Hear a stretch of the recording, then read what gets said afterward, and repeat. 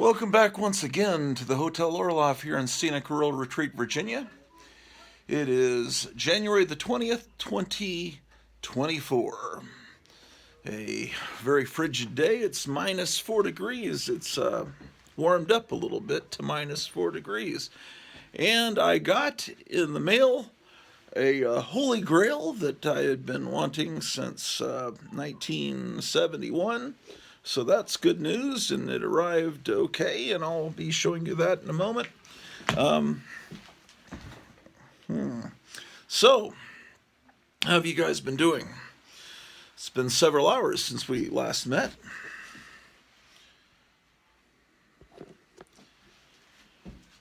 Welcome once again to the Monster Corner here in the lobby of the Hotel Orloff, the scenic Hotel Orloff, scene of many Civil War battles.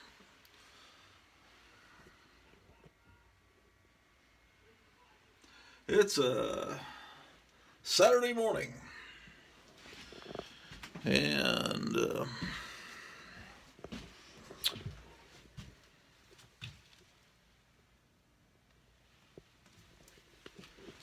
yes, indeed.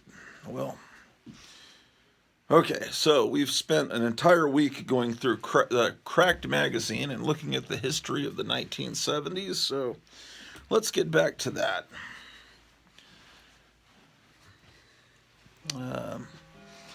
All right, I guess I should turn off some lights, ladies and gentlemen.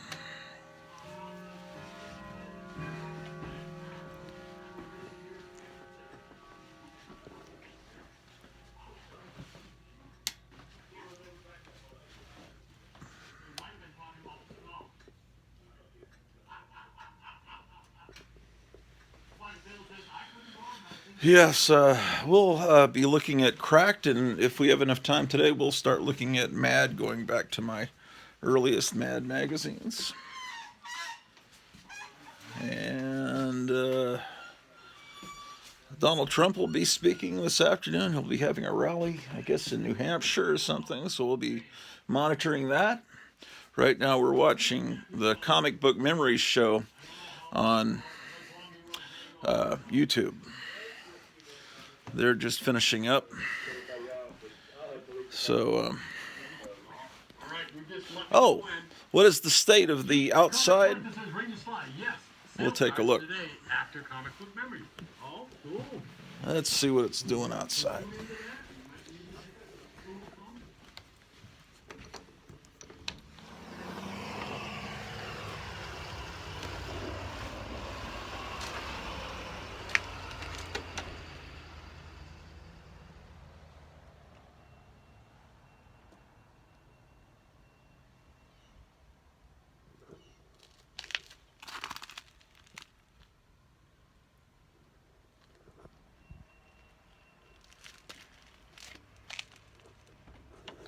With the sun out, it doesn't feel like minus 4. It almost feels like it's 0.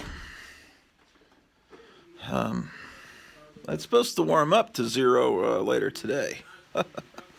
So, perfect time for looking at Cracked magazine. We're up to 1976 right now. We're up to the attempt by Cracked to exploit the upcoming release of the horrible remake of King Kong. Okay. Yes, indeed. Gotham City Comics just commented at the top of my phone. It said, "Did you get your new Cracked yet?" And I did, and I'll show it to you now. Boy, that's really weird how he comments right as I'm about to show it.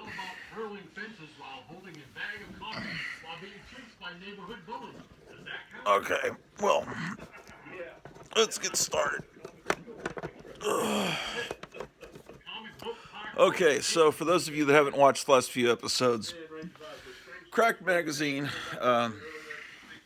started in the late 50s. Oh my gosh, Drew's watching us. You got to see this. Look at Drew secretly watching us film.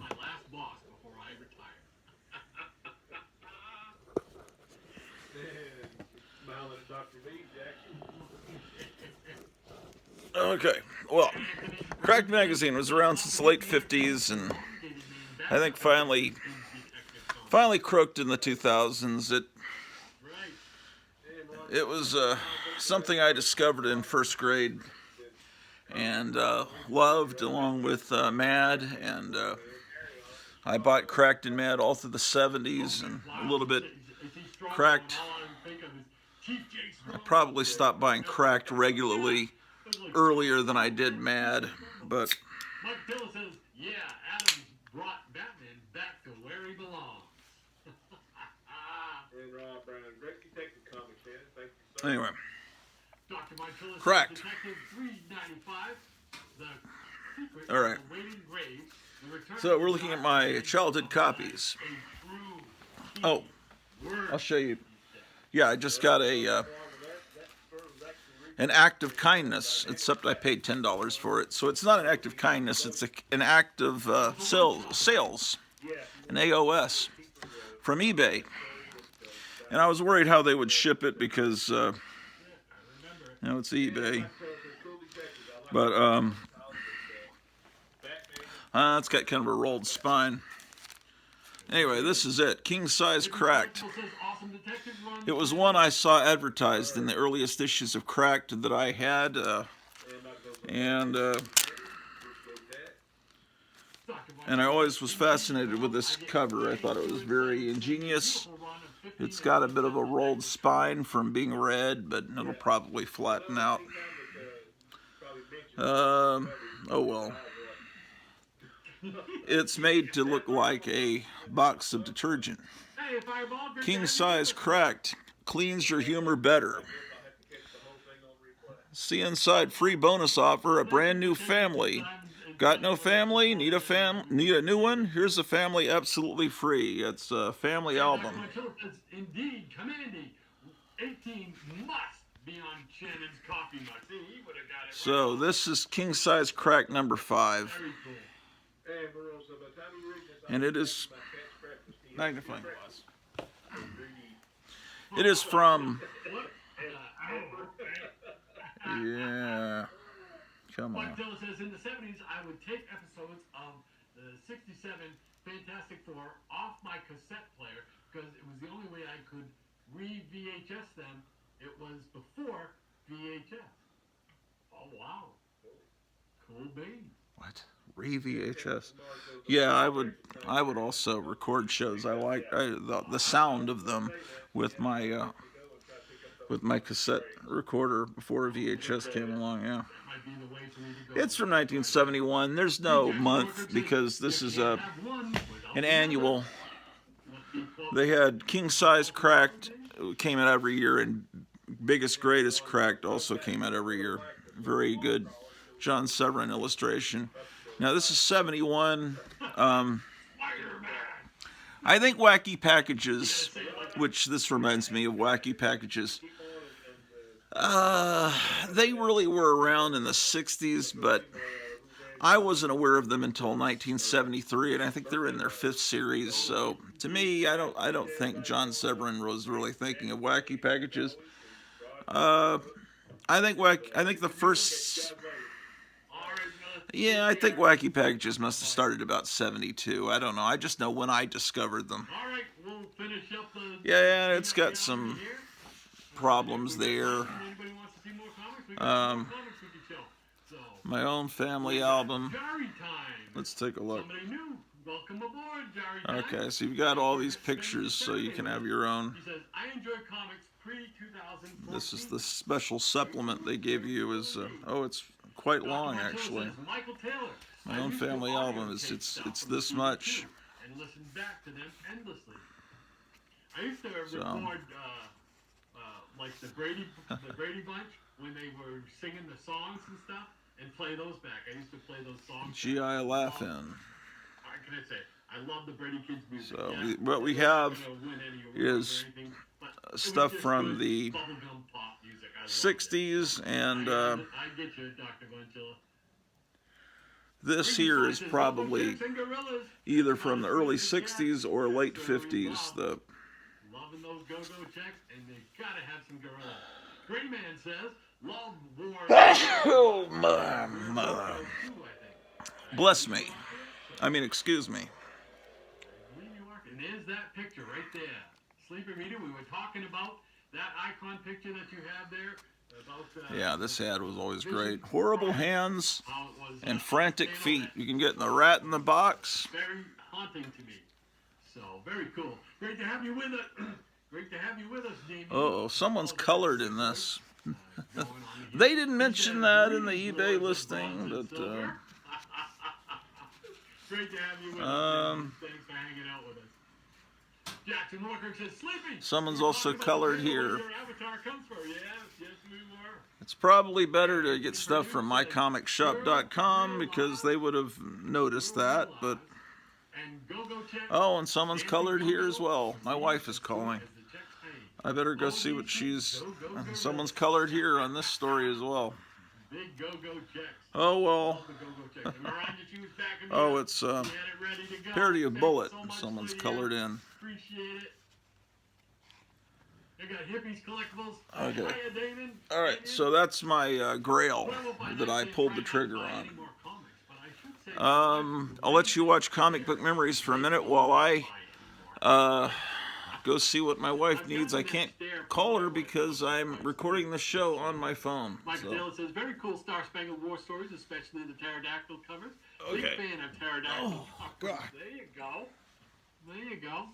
Where's my... Dr. Von Chilla says, Star Spangled War Stories 138. Gasp. A stunning cover by Joe Kubert. Seriously. Absolutely. Absolutely. He did. I've just come to really, really respect and admire his work over the last, 10 years or really. Well, it was longer than that, but it seems like it's been like 10 years. But because there was a time where I did not like Joe Kubert's art or Kubert's art because to me it was it looked sketchy. But after reading those don't ever get old, you people. Don't ever get old.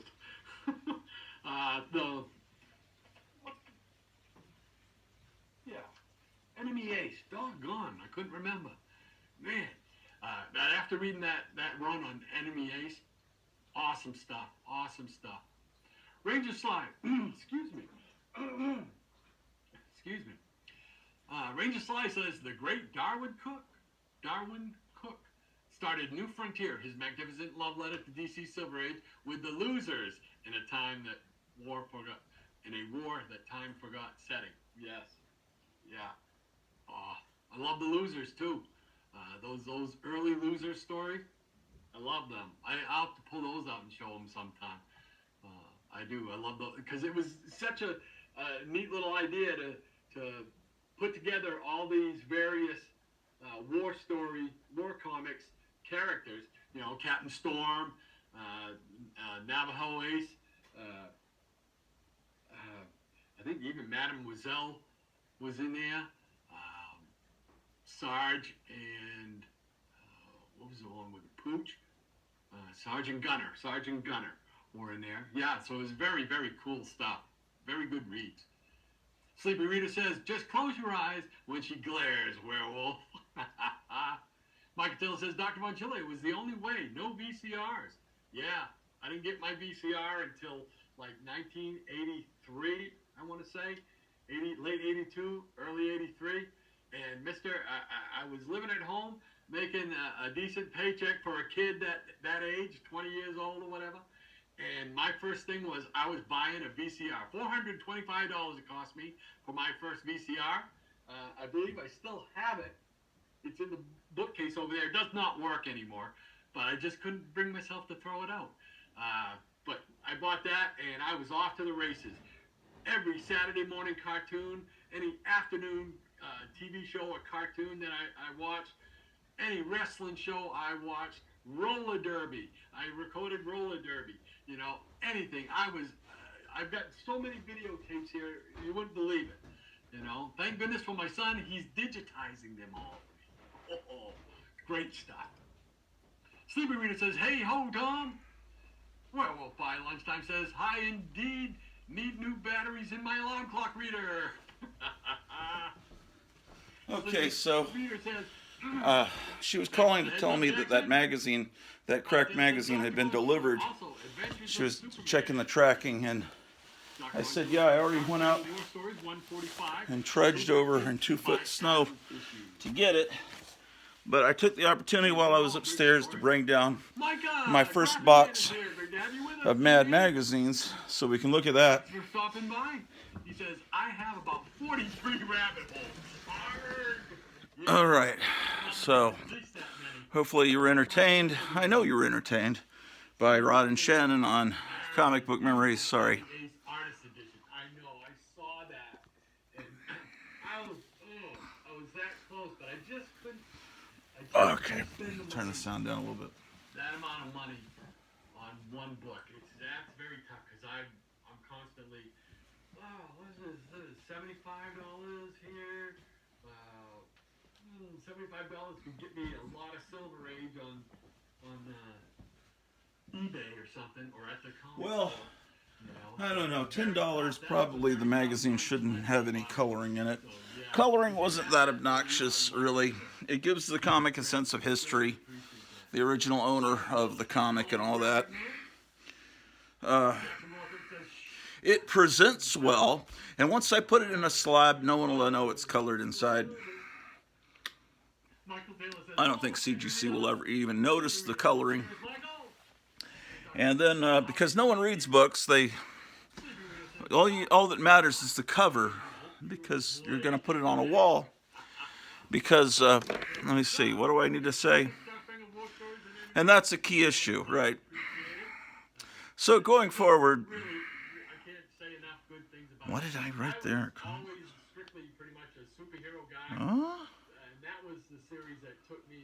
Oh, comic book centric. I couldn't read that.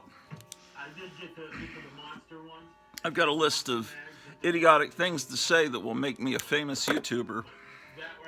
Pull the Trigger, Grail, Presents Well, Comic Book Community, Raw Comics. Yeah, it's not going to be raw long. I'm sending that off to CGC, ladies and gentlemen. Okay, so when we last left off, we see that we've got the first appearance of King Kong on the cover with Barney Miller of Cracked Magazine, and it is now January of 76. You count back 2 months, December 76, November 76. King Kong came out around Christmas of 76. So it's not even out yet. They're anticipating at the Cracked Magazine staff, the meetings, that King Kong's going to be a huge hit. So we got to get him out on the cover. So when King Kong comes out, we've already got King Kong on the cover. Well, they just didn't realize that it was going to be a terrible King Kong movie. So,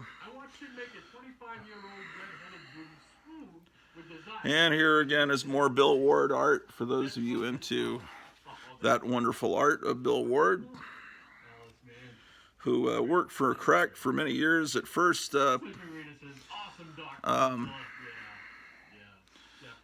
he was calling himself McCartney.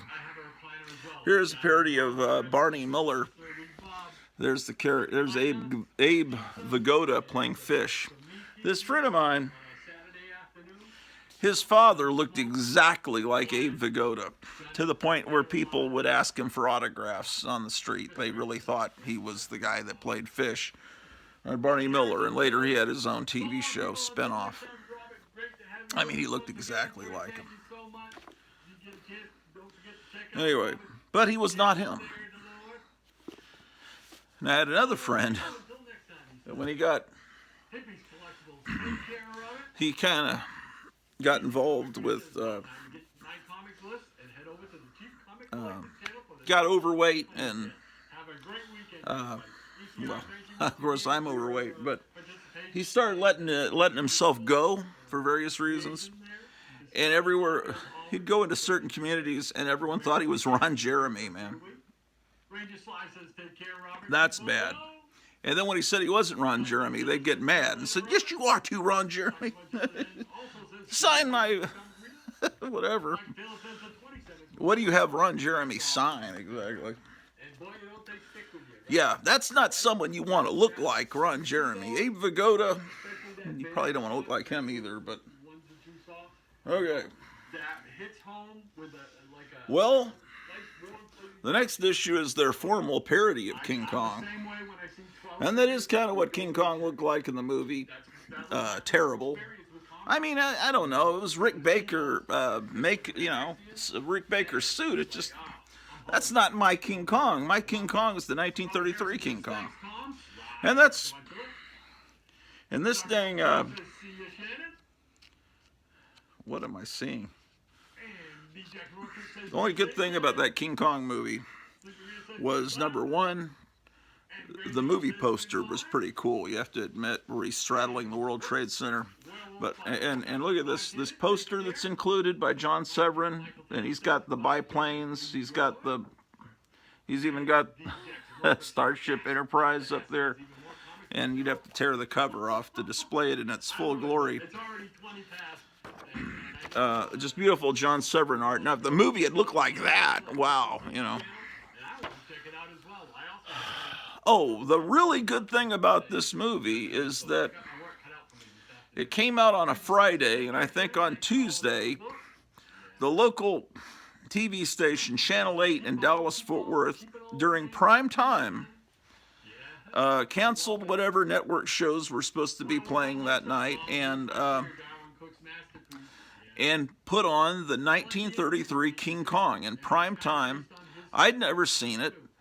And I watched it, and I couldn't believe how great it was. And then, of course, when I went to see the remake of King Kong, it's like, wait, there are no dinosaurs in this. It's the only thing he fights is a rubber snake, which he snaps into. And it was just, yeah, there's lots of King Kong stuff in here.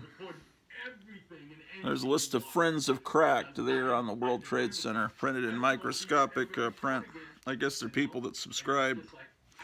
Again, now Nancy Dickering, the Bill Ward girl, is interviewing the Carnival King.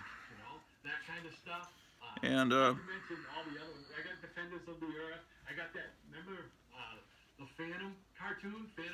yeah, it's Bill Ward doing his thing in a comic that, I mean, Mad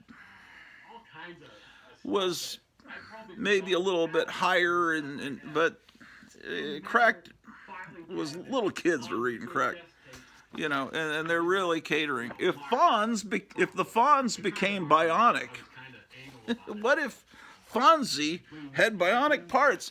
Fonzie and his bionic bike. This was annoying at the time because you realize, oh, they're just trying to milk more money out of Fonzie and the $6 Million Man. But now, looking back on it, almost 50 years later, it's kind of funny. This one, I think, is a reprint, the parody of the Blue Knight. Now, for a while, Severin was signing backwards, and it would say Neveress. I don't know exactly why that is.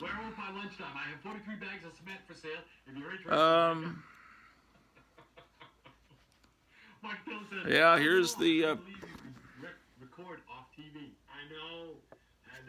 parody of King Kong. You know what I remember? I saw it at the Park Plaza Theater in Arlington, Texas, and you know I remember more than the King Kong movie is that we bought a frozen chocolate cream pie on the way home at the supermarket. I remember that chocolate cream pie more than I remember the King Kong movie from 1976. Well, it came out in like the last week of 76, so you might consider it a 77 movie. I don't, it's 76. Excuse me. Well, I was gonna film driving around town in the last episode, but I went out and it was -8 degrees, and I was starting the car, and this Apple phone freezes up. If it gets too cold, the phone will stop functioning, and it just went to a black screen, and so it's taken this long to upload. That episode's going to be very unpopular because whenever I film an episode that's less than an hour, it gets like half as many views. People want longer shows. At least people that watch my show like to watch longer. And That's just the way it always seems to be. As well as the nut of the day. Um, You're getting double duty today, double recognition. okay. Werewolf by Lunchtime says, Will King Kong be on the cover of the next issue?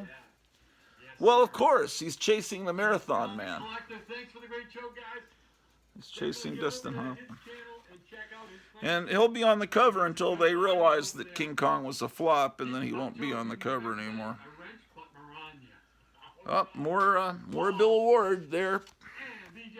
Have a great weekend, everybody. And that's Oh, early video games, Pong. Jackson. Have a great weekend. Soon video games other than Pong will wind up in homes, and that will kill the whole industry, basically. Comic books, magazines like Mad and Crack. Kids will be spending all their time and money. Here's Bill Ward doing a King Kong parody. Geez, we keep going a half hour past every week, it seems like. So great to have you all with us once again. Thank you so much for watching. Hope you enjoyed the show. We'll be back next They're week. ending. Show some more comics. And I'm working on trying to They had a lot of people in the chat today, a lot of viewers. It's like I think they went about 35 minutes before they got to actually show any comic books today because there were so many people talking in the chat. That is number 141, Marathon Man. We're going to put up the So, comic channel of the week, and then we'll be out of here. Everybody have a great weekend. what will be next? That one, Bill. Okay. Oh, King Kong again and MASH again. They've had MASH. The cast of MASH has been on the cover of quite a few issues, and King Kong remains. Soon. Take care. All right. Again, Bill Ward. Tempest from Mars. I don't know this YouTube channel. They've been talking about it the whole episode. This guy, Tempest from Mars. He has 17 subscribers, so he must be brand new. I'll have to check him out and see if I'm subscribed to Tempest from Mars. Everybody have a great week. We'll see you next weekend. Same bad time. I noticed that Higgy Pop is going to be a guest on the Four Color Fossils on Wednesday. More King Kong.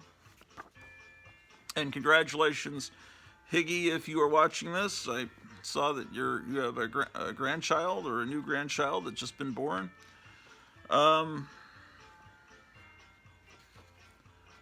comic book community is okay. I think they did a parody of MASH before. That it's a new parody of MASH. I think. I would say that Higgy Pop is kind of speaking of the 1970s, that he's kind of the Arthur Fonzarelli of the comic book community. Because comic book collecting has always been a really nerdy thing. And so when someone that's cool looking, some muscle-bound guy that looks like he could rip your head off is showing comic books, it's like, wow, maybe I am cool. It's like we're all a bunch of Patsy Webbers and Ralph Malphs, and then we see this cool guy showing comics, and it just makes you feel a little better about yourself. And it's like, so he's the Fonzie of the comic community. Higgy Pop, he's got an amazing garage with Hawkman decorated. It's amazing. Okay, so Comic Book Memories is over, and yet it's too early for wait, is that a new Captain Strangeliffe? What? I think there's a new Captain Strangeliffe episode. Is that what I'm seeing? 13 hours ago. Yeah, let's put him on. He needs a new theme song though. It's great, but he needs like surf music or something. I know it's public domain music that's not copyright free, but he needs a more dynamic opening musical choice. But I don't know what the choice is there on the public domain. Let's see, where are we at? Greetings, everybody. It's been a while. It's 1:43. Cracked 143. We KO Rocky. Okay, so Rocky came out. Was it a summer movie? I don't know, but I know it. Oh man, there's something about when Bill Ward draws King Kong. It looks a little wrong because he's so used to drawing pinups that he makes King Kong. What? Oh, it's Nancy Dickering, the Bill Ward girl, is interviewing King Kong and his wife. See, that's apparently what's going on here. Yeah, okay, so Rocky came along, and that was a big event. Pre-Star Wars was Rocky. I think that was the summer of '76 was Logan's Run, but I guess it was also Rocky, or did... Yeah, I mean, movies used to just come out at any time of the year, but when after Jaws came out during the summer and was such a huge phenomenon, it became a bigger thing to have summer movies and Christmas movies when kids are off on vacation. And oh, here's Silver Streaked. Okay, that was Gene Wilder, Richard Pryor.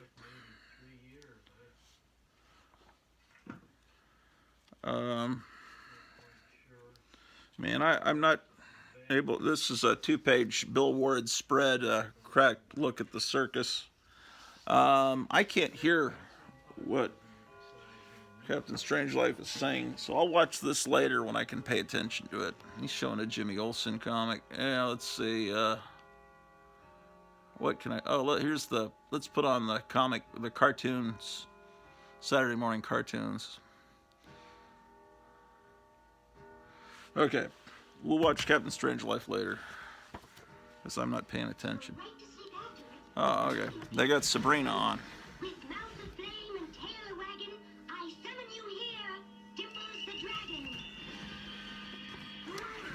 There was a recent Sabrina live-action show on Netflix, maybe, and the actress that played her, pretty much looked like Sabrina, and they had a pretty good look of the show. They had a place they hung out, kind of like Pop's Chocolate Shop, except it was all kind of supernatural. And see this jukebox right there, that AMI jukebox? There was one identical to it in that shop. They made it. It didn't really look like today. It looked like it could be the 1960s, or it could be today. It was kind of like the 1989 Tim Burton Batman movie. Is it today? Is it the 1930s? The cars, everything, and that's the way it was the animated series of Batman 2. It's just like the time period's not really specific.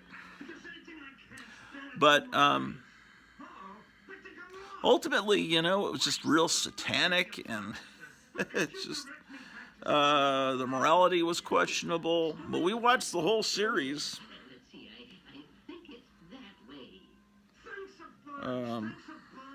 And at the end of the show, spoiler alert, you fast forward about 30 seconds. I mean, at the end of the whole series, she's dead in, I don't know, heaven, hell, somewhere with her boyfriend. Same thing happened on that Supernatural show that my wife was addicted to. We watched it right through to the end. The last episode, they're both dead in heaven. It's like, well, they didn't used to end TV series like that, having the main character dead. Okay, anyway, we KO Rocky. Oh, this is still Groovy Ghoulies. He's been showing a lot of Groovy Ghoulies this morning. How long does this show go? About 3 hours? Because it was on before, it's been on since about 7 o'clock this morning, and now it's pushing, it's after 11:30.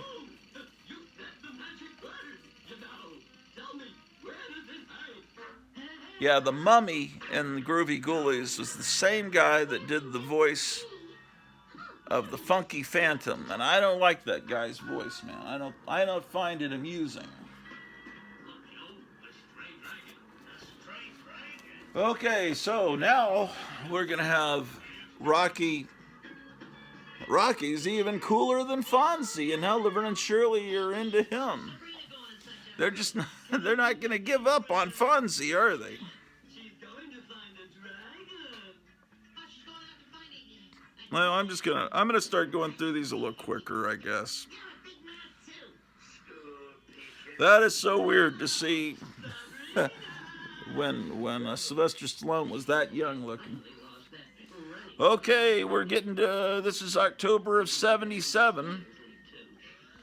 So you count back, September, August. This came out in August of 77.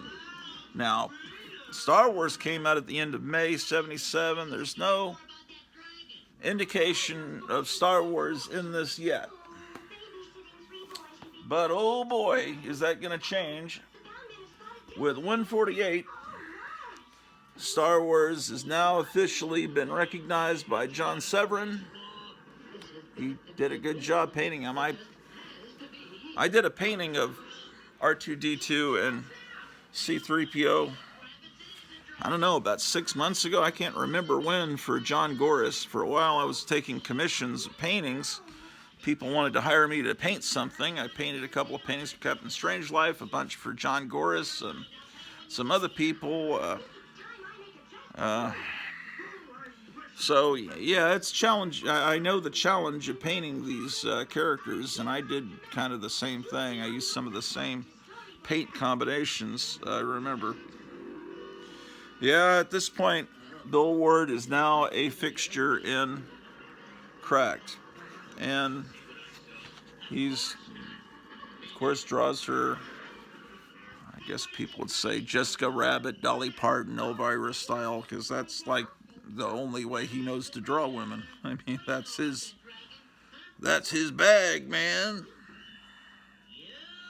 Oh, boy. Oh, what is this? That's a surprise. There's little, what does it say here? Cracked cover stickers. Okay, so there's a little supplement where you can get you have little stickers of past issues of Cracked. That do I own any of these issues? No. One of them's on my list. I have a list of comics I'd like to get this year. I see one of the ones that is on there. But I won't show it to you because then you'll buy it before I can get it. I'll show you my list at the end of the year if I'm still alive. If any of us are still alive. Okay, well, this was done early on. And now it's just pretty much known what a TIE fighter looks like and an X-Wing fighter. But there weren't toys out yet when he drew this parody of Star Wars. And he didn't have a lot of reference material. And he may have only been going by having watched the movie in the theater and making sketches right afterwards. But John Severin does a pretty good job depicting the world of Star Wars. And I think in Mad's Star Wars parody, they had a problem too with the spaceships. They had the good guys in the TIE fighters and the bad guys in the X-Wings. But here's what I'm talking about. He's kind of going by memory what the ships look like.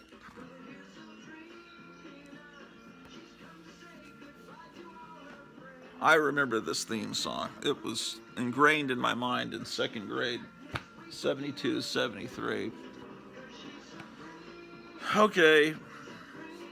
Next issue, just a standard cover, but oh look, Star Wars 2. Postcards ready to mail.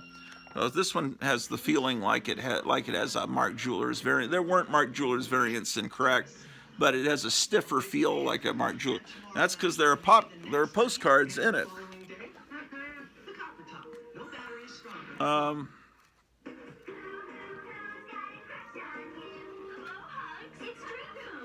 Okay, so they've got more Star Wars. I think they're predicting what The Empire Strikes Back will ultimately be like, what the sequel to Star Wars will be like.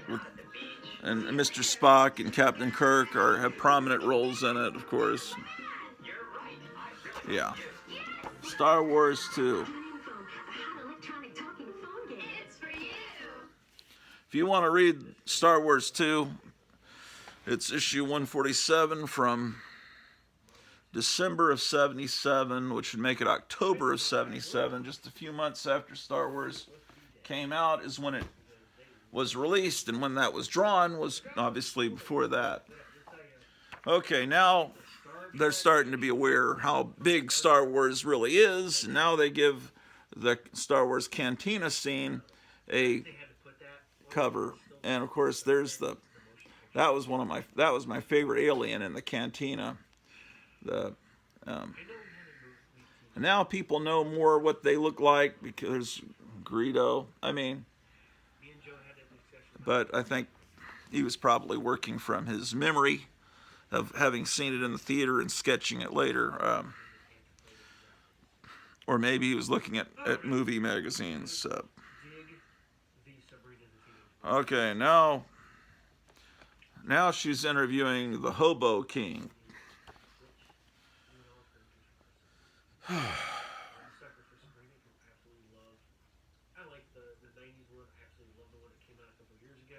What is this a parody of? Oh, parody of The Spy Who Loved Me. The Spy Who Snubbed Me. You don't really see, it's surprising, you don't see parodies of the James Bond movies much in Mad or Cracked. I think that Mad did once, I'm already talking like Sean Connery. Once a bunch of the Sean Connery James Bond movies had come out, I think Mad did one parody with little miniature versions of each James Bond movie, and it's strange that those movies, as popular as they weren't the subject of more parodies. Same with Planet of the Apes. Mad didn't do a parody of Planet of the Apes until, they have, an ape cover, but it wasn't until I think after Battle for the Planet of the Apes had come out, the 5th movie. And I think they did the same thing where they just went through all the movies, and yeah, it's strange. Okay, so now we're going to combine the $6 Million Man with Star Wars. But there's no Fonzie on the cover. But you can immediately tell what's popular at the time by looking at Cracked. Oh, Cracked interviews the Wrestling King. She's interviewing a pro wrestler now.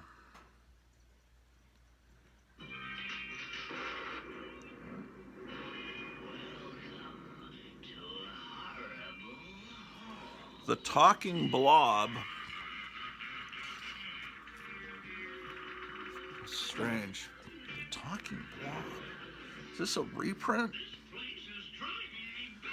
It's hard to tell. Sometimes they would have reprints in the standard Cracked, and I guess I didn't realize they were reprints at the time, because like I said in the last episode, John Severin's art didn't really change over the years. You could tell a Jack Kirby reprint because his art was different in the 60s than it was in the 70s. It's a little bit better in the 60s. And you could tell, Jack Kirby art from the 40s was different, but John Severin always was about the same. Yeah, it's a whole story. The $6 Billion Man versus Dark Vader. So it's seriously, he's teaming up with the Star Wars gang to fight Darth Vader.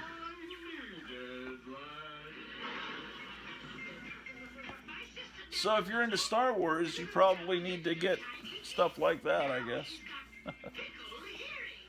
Okay, so when is Close Encounters going to get to us? 144.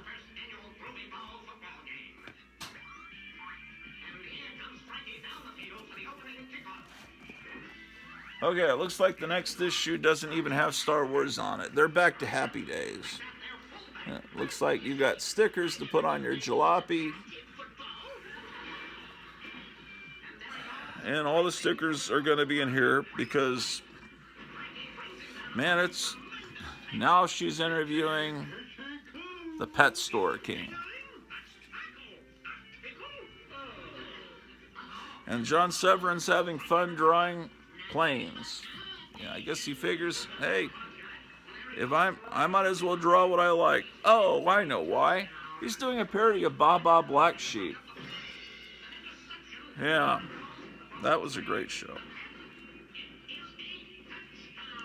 Here are the stickers.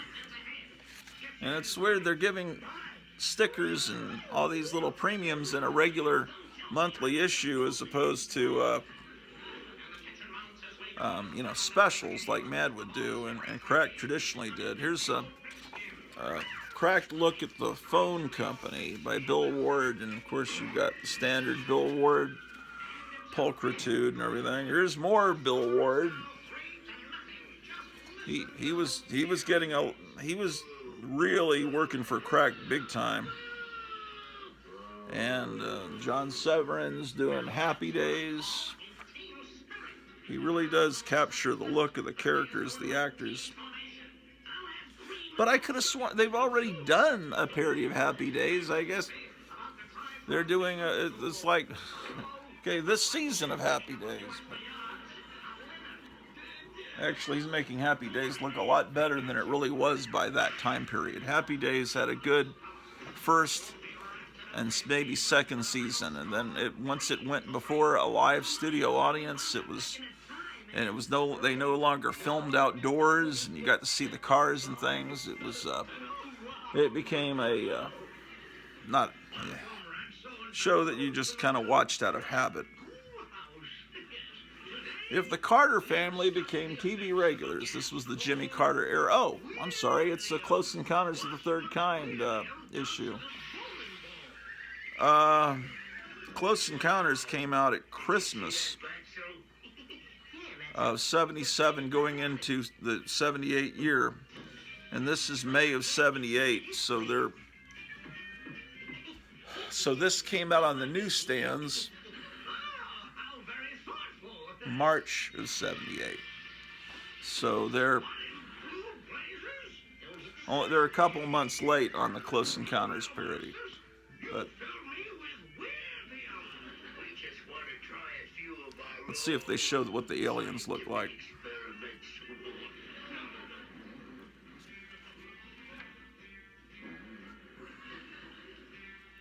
Yeah, kind of. Yeah, they do. Okay. Oh, and now we're to Charlie's Angels. This brown that is even appearing on something that I collected, I guess because they're not bagged and boarded.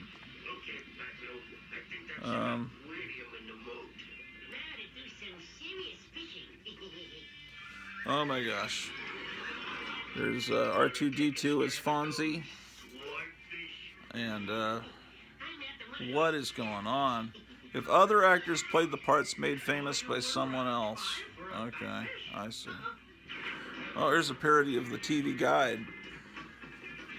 That's good.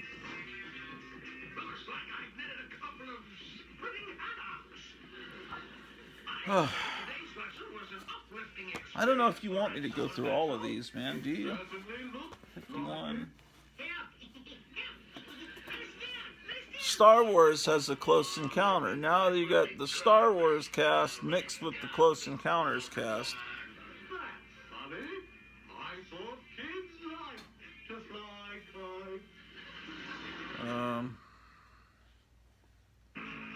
This is probably something great that they wouldn't do today.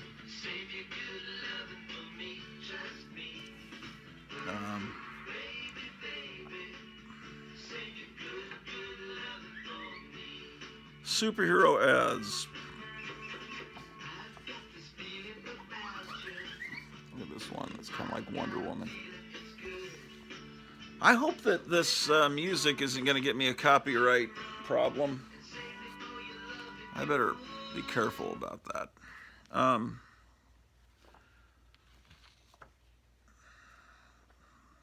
Yeah, whatever.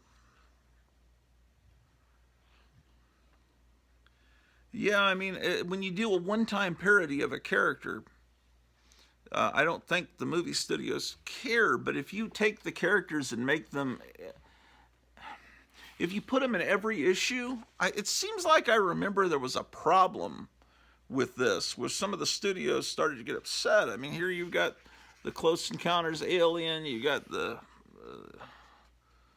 Star Wars ships, you got the Star Wars cast. At a certain point, you're making a Star Wars comic book.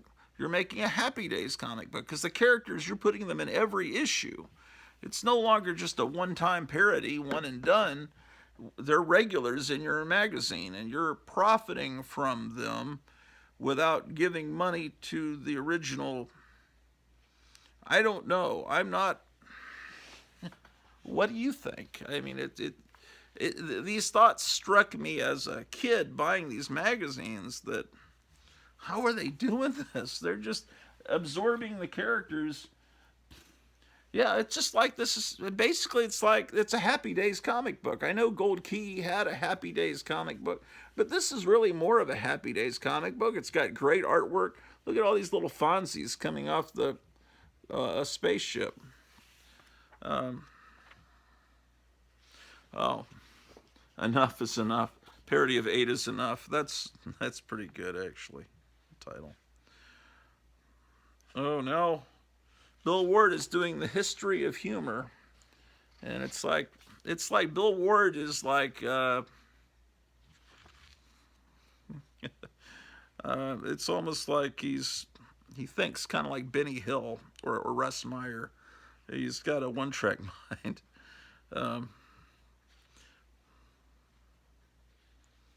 Okay, looks like Fonzie is having nightmares about John Travolta. So is he going to team up with the Star Wars cast? What's going to happen? Oh, no, the Close Encounters. The Happy Days Close Encounters of the Third Kind.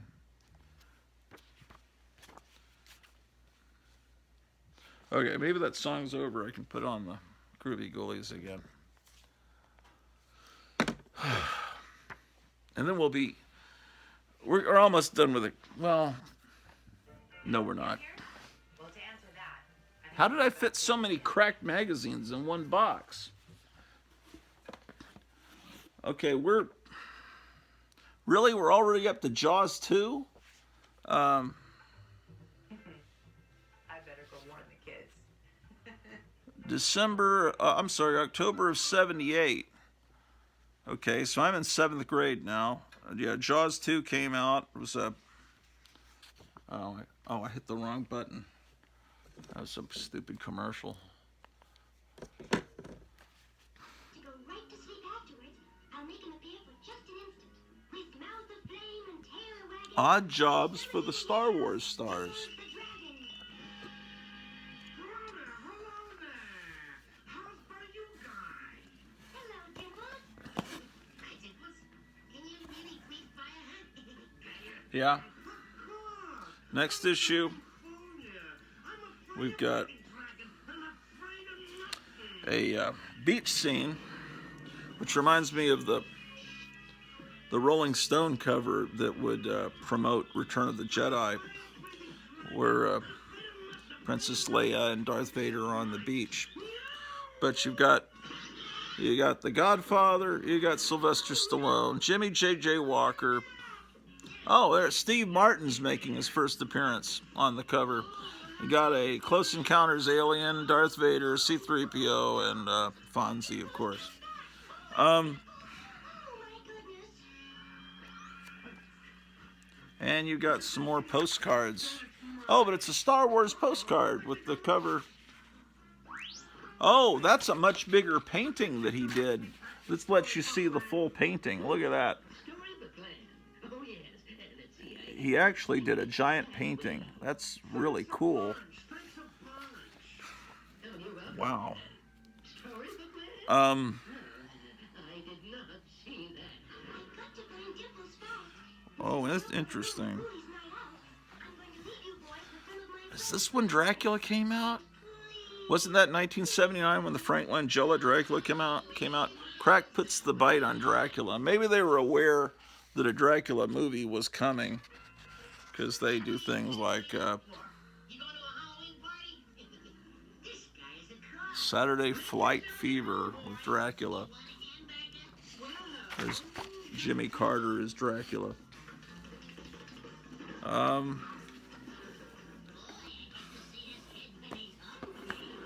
Okay, who's gonna make the cover? Oh, now it's Grease. Grease came out summer of '78.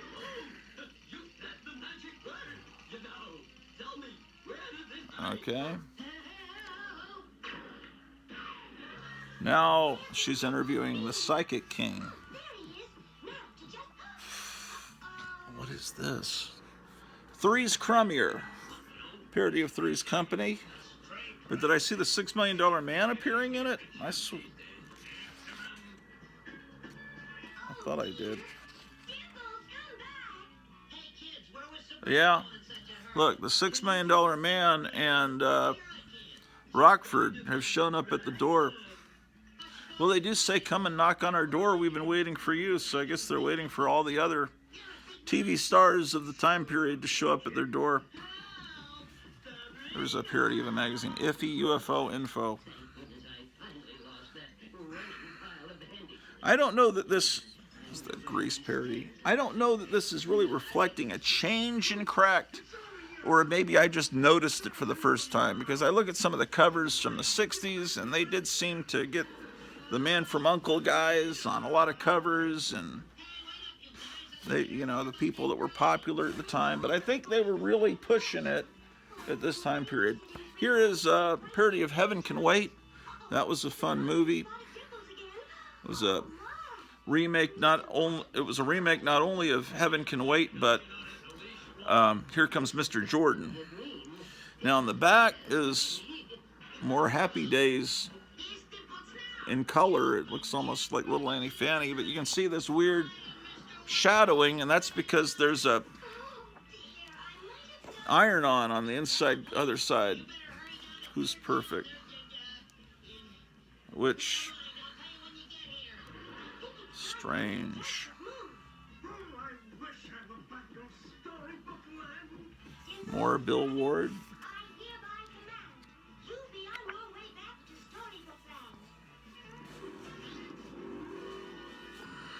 Okay. Okay, now another Happy Days spinoff. What? Is and you can tell there's iron-on the inside because it's bleeding through the cover. This is Mork and Mindy. Wait. I don't see where the iron-on is. Did I take it out?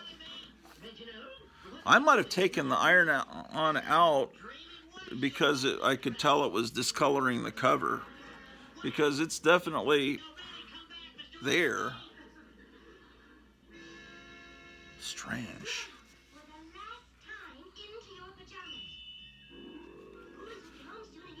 Oh no, you know what it is? This is bleeding from right through from that other magazine, which I need to isolate. Yeah, it was bleeding through from this onto this. Oh, horrible. Ridiculous. Okay. This is why you bag and board magazines.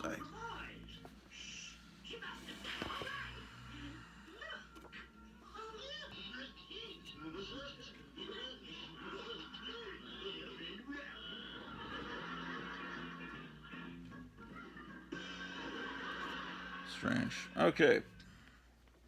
Now we're up to Battlestar Galactica.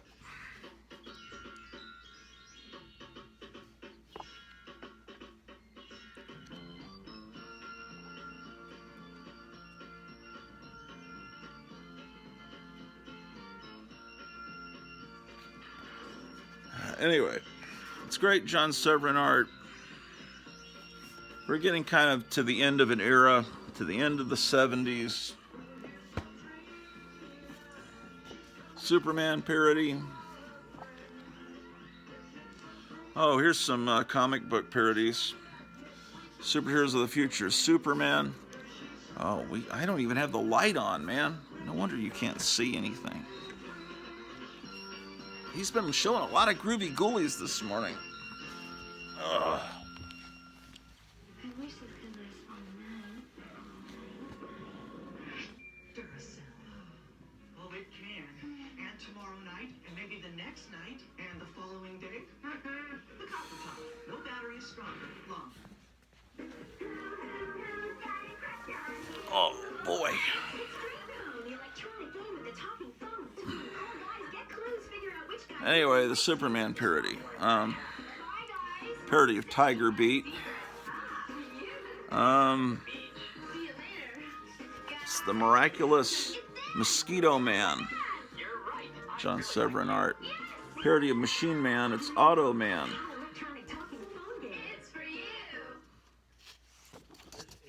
Submarine Man and the Bulk. Kind of brought back Orloff.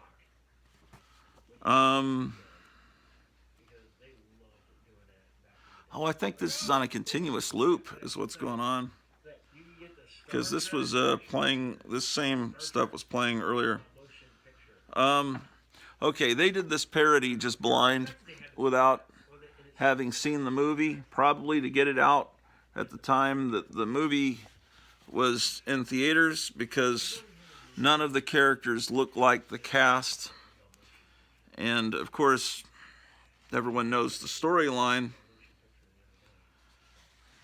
Say, everyone knows the origin of Superman. So Severin was just going by, yeah, this doesn't follow the plot of the movie, and he doesn't particularly look, he could just as easily be Kirk Allen as Christopher Reeve. And I think Mad was doing the same thing at this time, putting these at the top, what's in the issue. So I think that's they're imitating Mad with that. Next is the parody of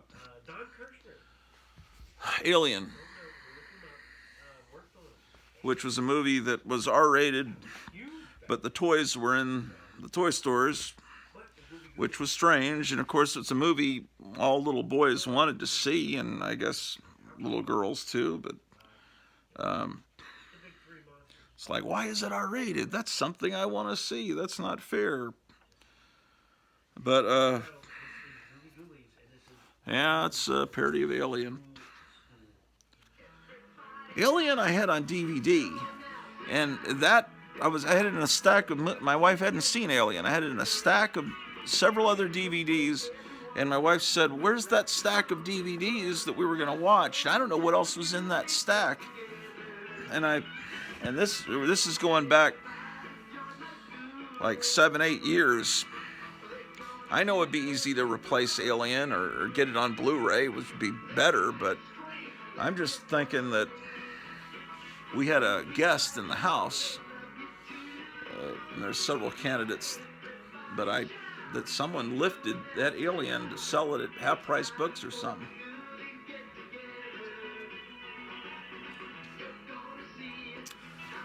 But I've searched and searched because my wife periodically says, I want to watch Alien, and I don't know where that is, man. Okay. It looks like I started to get, I either, something happened where I just stopped buying crack all the time. So I didn't come back until the Empire Strikes Back parody. And and this is a wraparound painting, actually. See, it pulls out as a poster. Man, John Severin had, what would have been great is if John Severin had illustrated the Marvel Star Wars comic book, and they put it out as a magazine. He would have been phenomenal. I mean, Al Williamson was great, but he only did the movie adaptations. But in between, there was some really crummy art in that Star Wars comic. John Severin just is a wonderful artist, and his sister Marie Severin, wonderful as well. if Ronald Reagan becomes president. Like I say, I flipped through these cracks, and it gives you, it's almost like they had psychics on staff. They predicted a lot of the horrible, weird stuff we're going through now. Here's the Empire Strikes Back parody. It's probably going to be called The Umpire Strikes Out. Watch.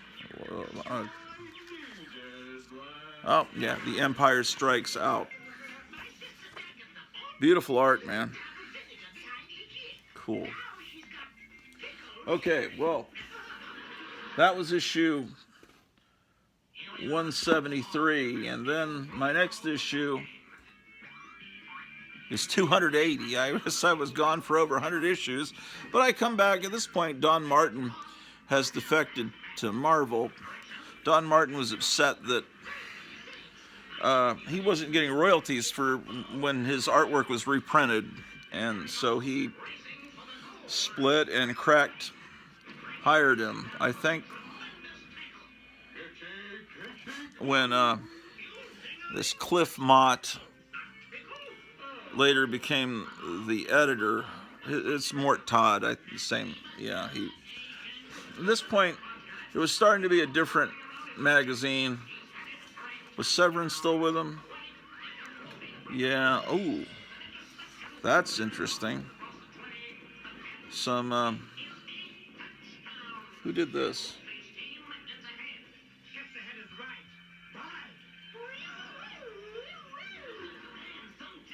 Anyway, it's comic book parodies.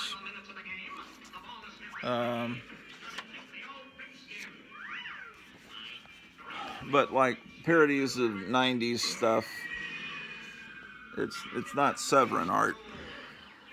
I'm not even sure Severin was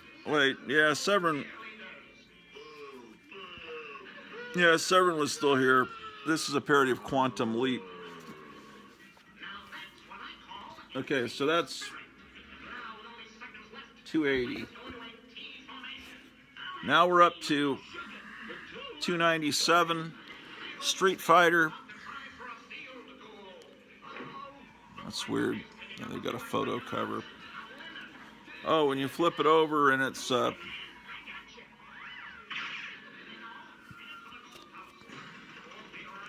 there's a Mighty Morphin Power Rangers parody in here. Yeah, by the end of the 70s, I guess I just got sick of the Crack was obvious. It's called Meat Fighter. Even though I love the artwork, it just seemed like almost like it was being made for babies, you know. It's just like Fonzie meet and the shark from Jaws meet the alien from Close Encounters and the Happy Days gang, and it's like, are you kidding me? I always love comic strip parodies. There's Real Nuts instead of Peanuts. Parody of Nancy.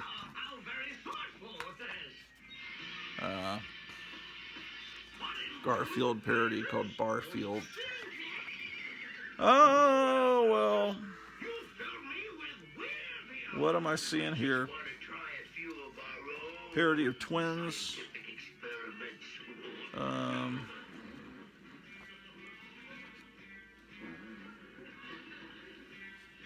Toontown Babylon.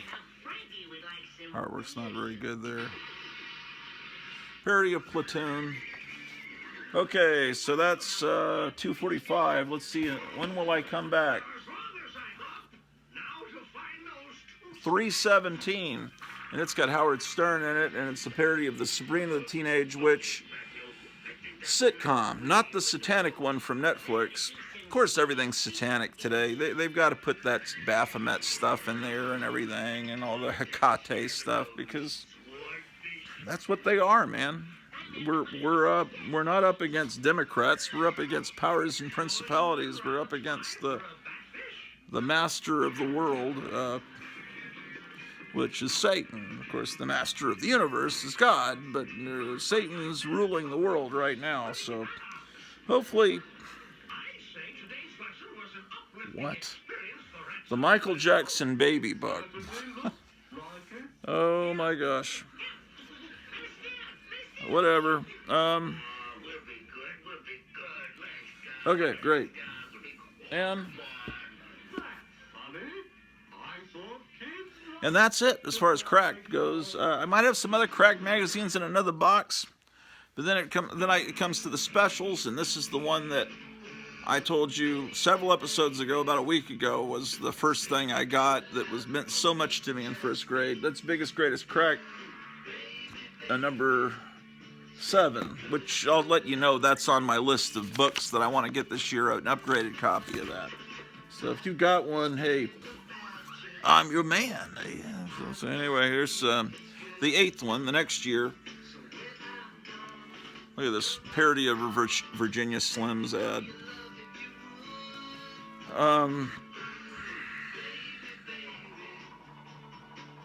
When the woman's lib movement spreads to the comics. Yeah, see? Superman's now a girl. Everything they're doing in today and all the moot comics and cartoons.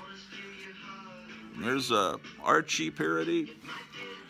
Art style's pretty good. Who's doing the art here? Of course, they don't tell us. These are all reprints. This is a 1972 magazine reprinting stuff from the 60s. Ooh. I'm going to get a copyright for that song. I mean, a copyright. It's not a strike. It's a copy. They call it it'll say copyright claim. And then they'll say, you can never monetize this video. It's okay. The copyright owner owns this, but it's okay. You're just not a copyright strike. But your video will not be able to be shown in Russia, Cuba, or North Korea, or Iran. And it's like, why are you punishing those countries? I mean, don't those people have enough problems? Let them enjoy the music of the Groovy Ghoulies. Why do they have to be punished?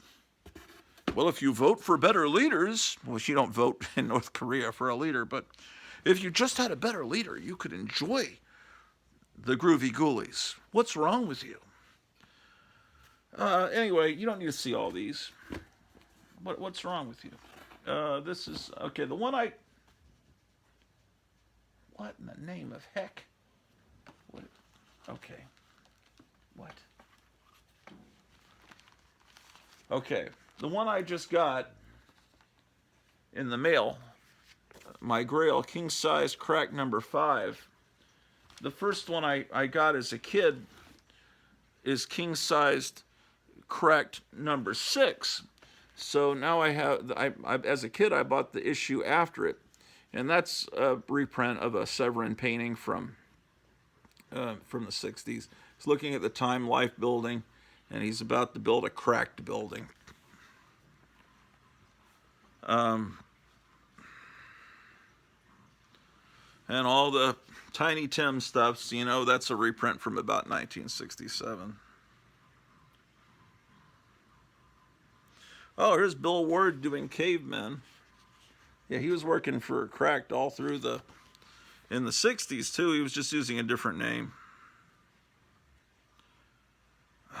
I want to look at these, but I have a feeling you guys don't want to see all this stuff. I could be wrong. Yeah. Super Crack, Giant Crack. Oh, but see, what you don't know is they also had these Crack collector's editions coming out. Look at this. Fonz for President. See, it's just more of the same. And just... It's basically a whole Fonzie magazine. So, and yet, not a penny is going to Gary Marshall, the creator of Happy Days, or to Henry Winkler. This is cool. This is a reprint of Crack number 1. All right. And you flip it over, and it looks like you're reading Crack number 1, a magazine that really is not...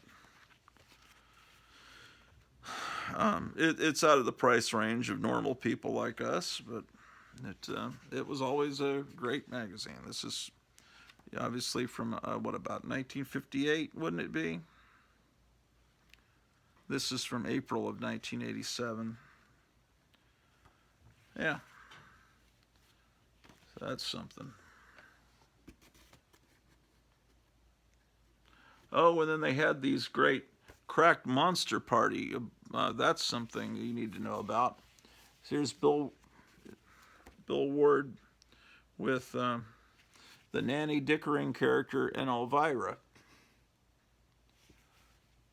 And this is not a Bill Ward illustration, but they've got another picture of Nanny Dickering there.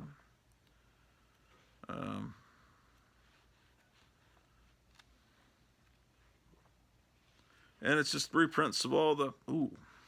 Now, this is not colored by a kid. They actually added some color here. And here, Nancy Dickering is going to interview Elvira, which is, perfect for Bill Ward, Then you got Vampirella in the background. And by this point, Bill Ward was getting older. And you can tell it's great. But it's weird how they color Elvira's eyes red. So maybe that kid that colored that comic I just got had a vision of the future when Cracked would actually add color like that to their magazine.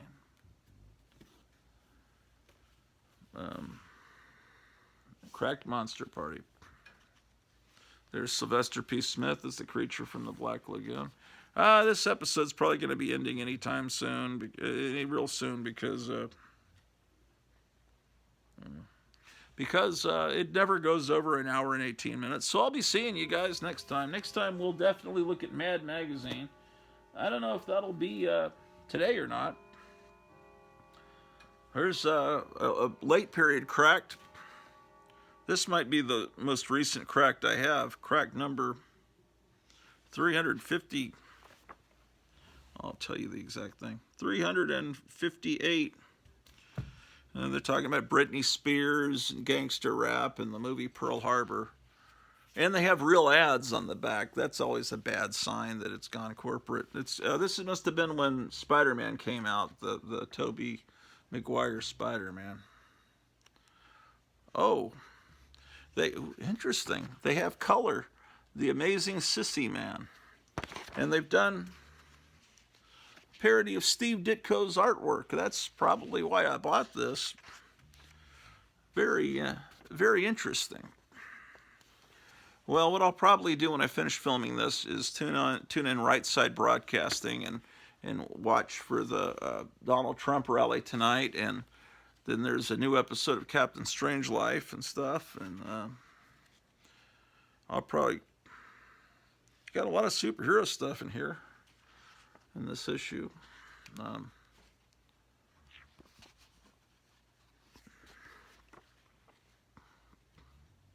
about that?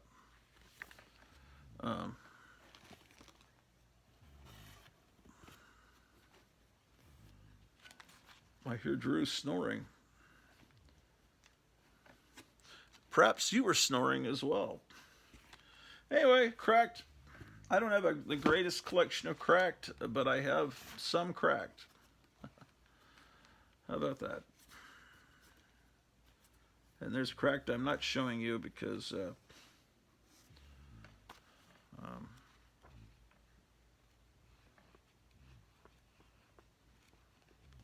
it's just too much. Too much, man. Then, of course, later they would, yeah, the artwork in these later issues is kind of bleh. What is this? Joe Camel is going after Saddam Hussein? I'll have to, I don't have to go exact, I'll have to.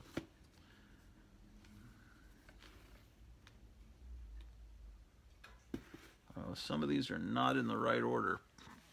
This is Biggest Greatest Cracked number 12.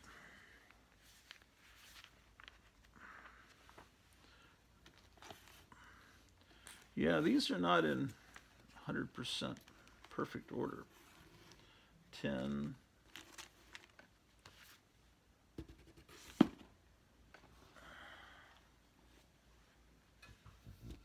So anyway, how are you guys doing today on this wonderful snowy day? I gotta get all these put back in. Cracked 131. I gotta have something playing in the background. Okay.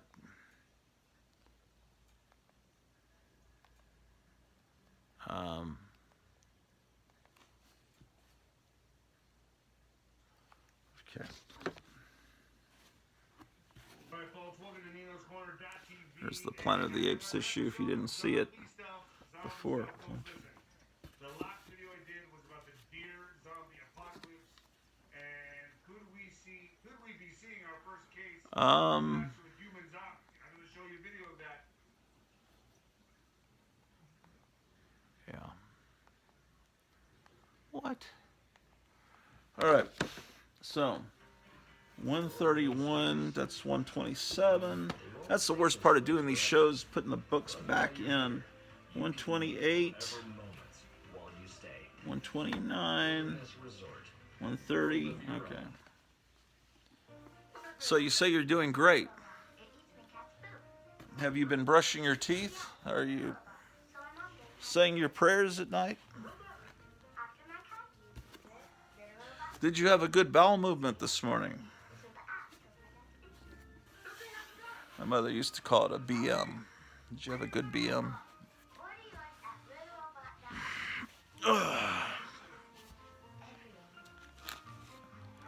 Okay, commercial.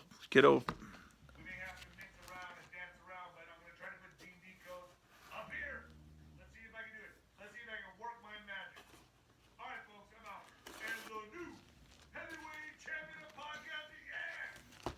Here's another cracked monster party. Broadcasting lunatic friend. Wonderful. That makes me wear, folks. All right, I'm out. Later.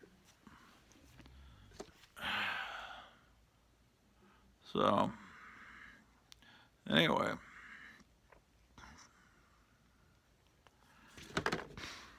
Why are you still watching? Let's see, cracked 150. What's up, everybody? Good morning. Good morning. It's a Friday.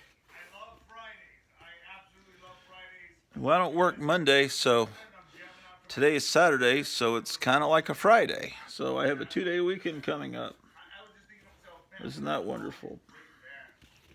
like, Please put down below what you want me to show. I will. I'm going to do a special episode. You asked for it, kind of like they did in Famous Monsters. Instead of you asked for it, and show all the things I've been promising, like the DVDs and everything. But anything else you want to see, there's requests to see more of Pete the Cat, more of the Aurora model kits, and all that. 149. the bands that people were like ashamed to listen to, but the music was good. I don't give a shit who you are. I don't Boy. Watching David Nino Rodriguez. You ever watch him? 1977 if you appreciate me. I appreciate He's an ex-heavyweight boxer that does conservative talk radio now. He's highly entertaining. appreciating the Nina. Also, folks, when the lights go out, you know I'm gonna go into it. Okay. Leave an honest review. Now I got to get some of my... I gotta write another book. The last bit of cracked I need to get back in the box. It cracked 103. Mexican makes my mama's book. I gotta say. 100. You want me to tell you the books I'm